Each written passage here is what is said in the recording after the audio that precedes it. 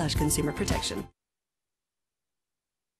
If you had a New Year's resolution to lose weight and have joined hundreds of people sweating at the gym only to find a few months in you haven't lost a pound, well, you're not alone. Registered dietitian Andrea Holwegner is in to explain why. So this shocked every single one of us in the newsroom. I know this may or may not be good news, that exercise may do very little to help you to lose weight. No! I know. Kate, please explain yourself, because this doesn't make any sense to me. I know, it's one of the lies I think the fitness industry has yet to have sort of been open about.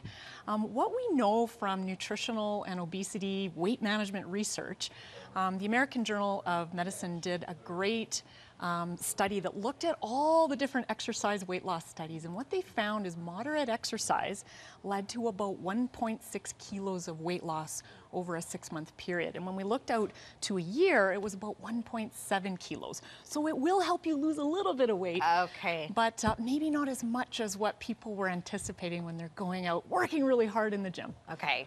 What about the exceptions, though? There's got to be some exceptions. You know, and everyone knows somebody that was just giving her and they've transformed their body. So absolutely, exercise can lead to weight loss, but does it for most? Probably not. So the key is what? Food, then? Nutrition? The key is the food piece. Okay. I know, and again, this may or may not be good news. So if you hate exercise, this might be like, thank goodness, maybe I should just start with looking at my food. If you really aren't motivated to do the healthy eating thing and you'd rather work hard in the gym, this is probably not a very motivational Monday morning moment right now. Because we're talking about healthy food. You can't just eat anything. You got to put good stuff into your body. So let's say someone watching at home right now is going, oh my goodness, I got to restart my New Year's resolutions again, and I got to do it right this time. Where does one start if we're focusing on nutrition? On the food piece. So the way you want to think about nutrition for weight loss is two things. Could I make changes, first off, to the type of food I'm eating? And secondly, could I make changes to the quantity of food that I'm eating? So let's go with type of food then. You bet. So, you know, in the middle here, this is no surprise. Everyone knows they're supposed to eat more fruits and veggies. So plants in general.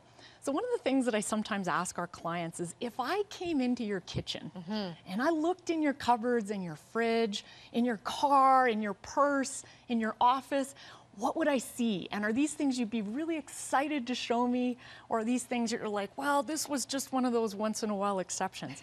I want to see that you're loaded with the good stuff you need to eat. So leafy greens, colorful vegetables. Anything that's a plant. Right. Everything you learned when you were in kindergarten. So this shouldn't come as a surprise to you.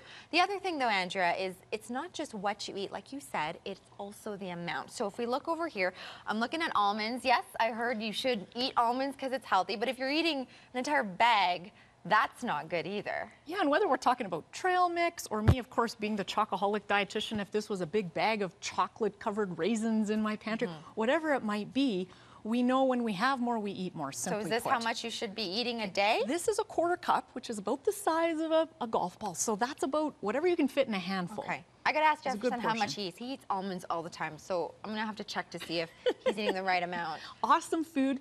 Keep in mind, anything that is a natural-based food is wonderful for nutrition. It's always the quantity that we got to be mindful of next. So I'm looking at orange juice here. You know, so how much say should you I got drink? to wipe out juice altogether, and I would say no, you don't. You really just need to be mindful of quantity. So I wanted to show people what a half a cup or 125 mils of juice actually looks like. Okay. That is the equivalent of eating an entire piece of fruit. And so when you look at what happens when we pour juice, or even if we're pouring milk or iced tea or anything that's a calorie-containing beverage into different cup sizes, you're going to see, if you pull out these pint-sized ones, there's no way you're going to put the portion that low. Most people like to fill things to the top. Oh, I'm all the way up here, yeah. Of course. Okay. So just be mindful, calorie-containing beverages, get out your small glasses, save the pint-sized ones for water. Okay. Or a Maybe special beer. Location. And real quick over here, so if you're going to eat your cereal, how much should you be eating?